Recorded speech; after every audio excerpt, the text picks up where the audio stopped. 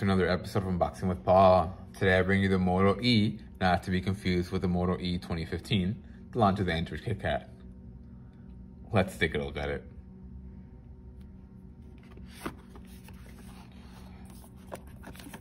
Let's phone aside for right now.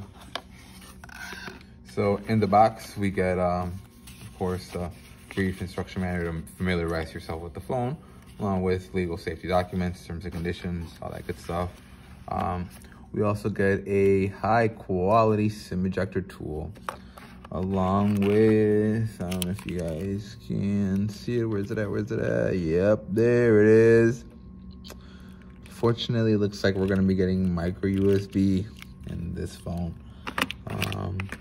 And of course it comes coupled with what has got to be one of Motorola's slowest chargers. There you go, you can see it.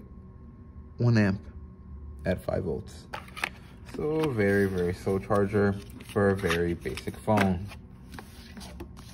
Or it's a starter phone. Still like to call it nowadays. To the side. Just for starters, before we even begin, first impressions.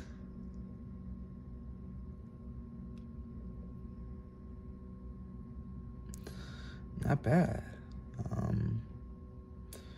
Not bad at all, Motorola. It's a really nice looking phone. I kid you not, I had to go back and take a second look at the specifications just to make sure that this was a that this wasn't glass back, because it's so reflective, it's so shiny. But again, if you take a closer look, then you will indeed see that it's not glass, but it looks like it. It's going to be interesting to see how this holds up to everyday use, scratches and stuff like that. And they do have a dual camera back here, which should take better pictures. Again, unfortunately, we do get that micro USB here at the bottom. And we also get a speaker along with a microphone. And onto the right side, we do get a volume rocker along with a textured power button, which I'm very much a fan of, which allows you to differentiate between these two and it lets you know what you're touching. At the top, we get an auxiliary jack so that we can still plug in our wired connections along with an additional microphone. On the left side, we have our SIM tray, which also holds a micro SD card.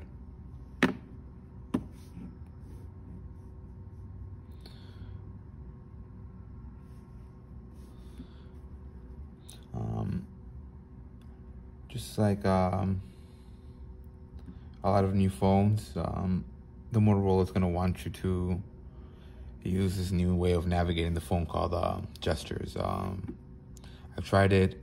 I'm not a fan of it. It's just really not for me. Honestly, it's not as intuitive as they make it seem like it is. And with our inability to embrace the future, let's go back to 3-button navigation and just move on with it. Again, it only comes in at 185 grams, so it's a lot lighter than its size would lead you to believe.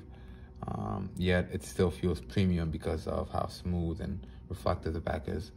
The screen is a 6.2-inch IPS display with a 720 by 1520 resolution. Needless to say, it does come with the latest Android, which is Android 10.0. And again, this has got to be one of the cleanest looking Android interfaces I've ever seen. The only apps that look like they don't belong here are the carrier selective apps, which this is a Metro by T-Mobile phone, so it does have a few of those. But besides that, just the apps that are meant to be in the phone, along with a Motorola application that allows you to control gestures in the phone. Oftentimes, these proprietary software that companies like to install tend to be clunky and gimmicky, and they just don't work out very well. Think of Bixby, think of the LG apps.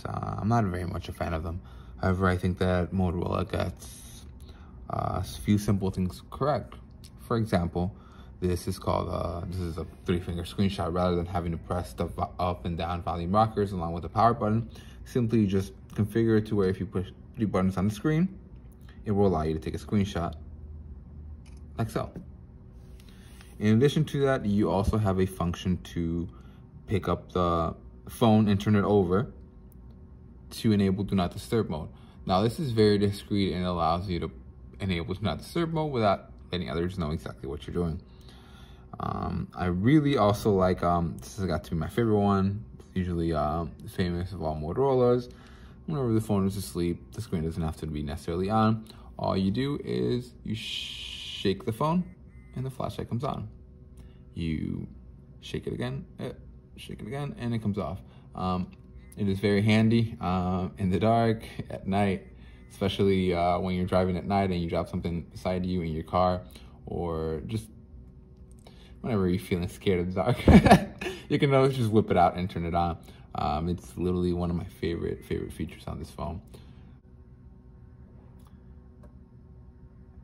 Another proprietary feature that Motorola gets very well is the peak display or the discrete display. Now, peak display and discrete display is nothing revolutionary. It's nothing new. It's been around for a very long time, and very many companies have done it. However, what sets this apart, in my opinion, is that the screen stays completely off. Only the pixels that are actually being used to provide you information are turned on. Now, normally only OLED displays have that, to where when the screen is black, then the actual pixel will be turned off. Now, let me show you what I mean by that. All you usually have to do is tilt it. And again, that's what I see. That's what I mean. Only the actual pixels that are in use get turned on. There we go, see? The rest of the screen is off. Entirely, completely off. And what this does is, not only is it very cool in my opinion, but it preserves battery life. And if you're having to look at either what time it is or having to see if you got a text or notification when you're in a movie theater or some other place that's dark, or even in the middle of the night, you don't have to blind yourself or disturb others with the screen on your phone. Very, very cool.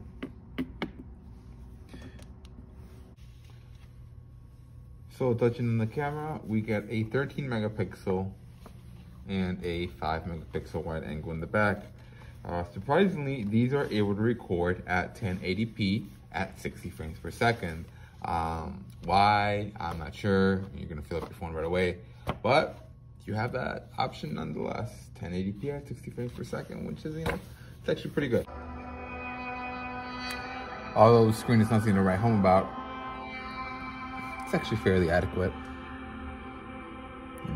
Most video will only be able to stream at 720 or even 480p. And if you're one of those people that's a stickler for, that image quality, then this might not be the best phone for you. But it seems to be doing just fine for, normal everyday viewing. Especially if you're not watching anything that's too high of a frame rate or, with too high of a resolution.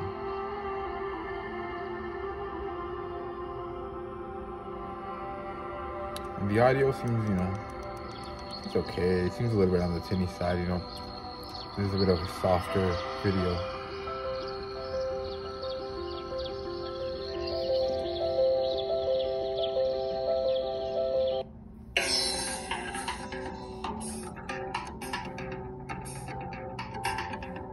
I know it's an LG video, and on a Motorola phone, but nobody has to know that.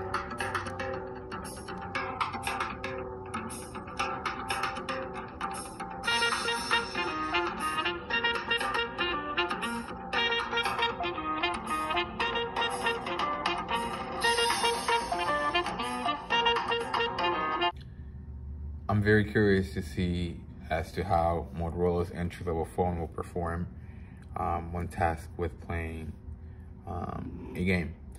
This is Free Fire. This is nothing too task intensive. This is nothing too power hungry. Hopefully the phone will be able to run it just fine. It's a good way to tell how a phone will do if it tends to perform well. between a game. You know, again, this is nothing too fancy, nothing too intensive, and I'm trying to do this in real time with no editing so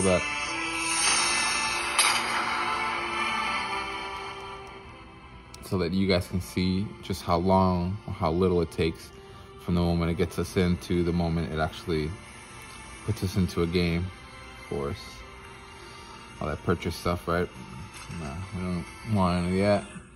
Let's see how long it takes us to match us and to get us into a lobby, and then to actually get us into an actual game.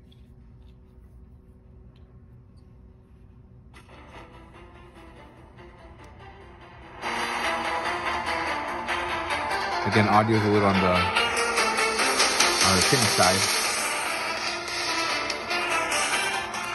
but other than that, it seems to be doing okay.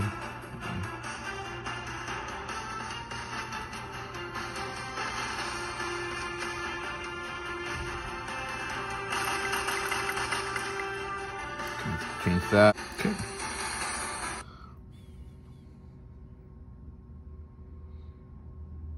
Now keep in mind, this is a 1.8 gigahertz octa-core processor, 2 gigabytes of RAM, 32 gigabytes of storage, $159, I believe.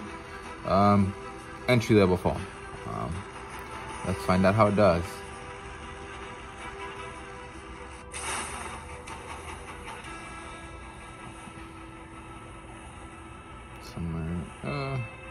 So you can tell I'm not very good at this game.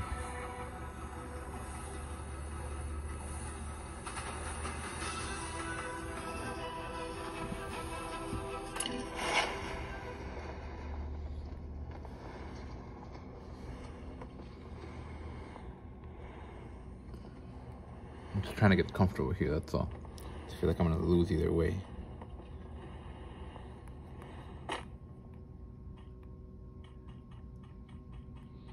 I mean, it seems to handle okay. I haven't noticed any terrible lag or anything like that. Okay, let's go find out. Well, this guy killed me. I did see a little bit of it. I don't know if you guys saw it. Where it definitely lagged for a bit. You know, again, this is the only reason why I'm actually, you know, running any sort of program or any sort of game on this is just to see how the cheapest entry-level phone will do, you know. And it did actually way better than I thought. Let's go ahead. Let's go try Real Racing 3. Now this is another way of me being able to tell how poorly or how well the phone handles processing. And again, we're doing this in real time. We're not speeding any of this up, at least not the load time, so that you guys can see just how well or how poorly the phone performs. Oh, there we go. What is this? This is, oh, this is tilt. Okay. I have it. I got it. Oh, okay. Well, I can tell we're gonna do quite poorly. It's go time.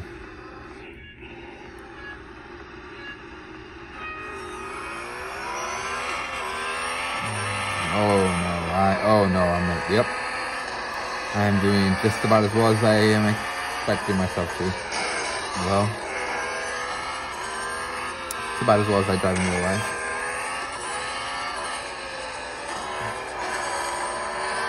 Turn the volume of it. Get that real experience. All right, we're burning rubber. All right, out of my way, you. All right, okay. Take it easy, guys, just the game. All right, we're coming up at 4th place. All right, ooh, 102, okay, I think that's a little bit above the speed limit, guys. Take it easy. All right, and we're done. All right, how did we do? Did we do well? Did we do poorly? It didn't tell us how we did. Okay, that's all right, okay. Well then, there you have it. That's how racing goes on this game. If there are other details about the phone you'd like for me to cover, go ahead and let me know down in the comments. As always, thanks for watching.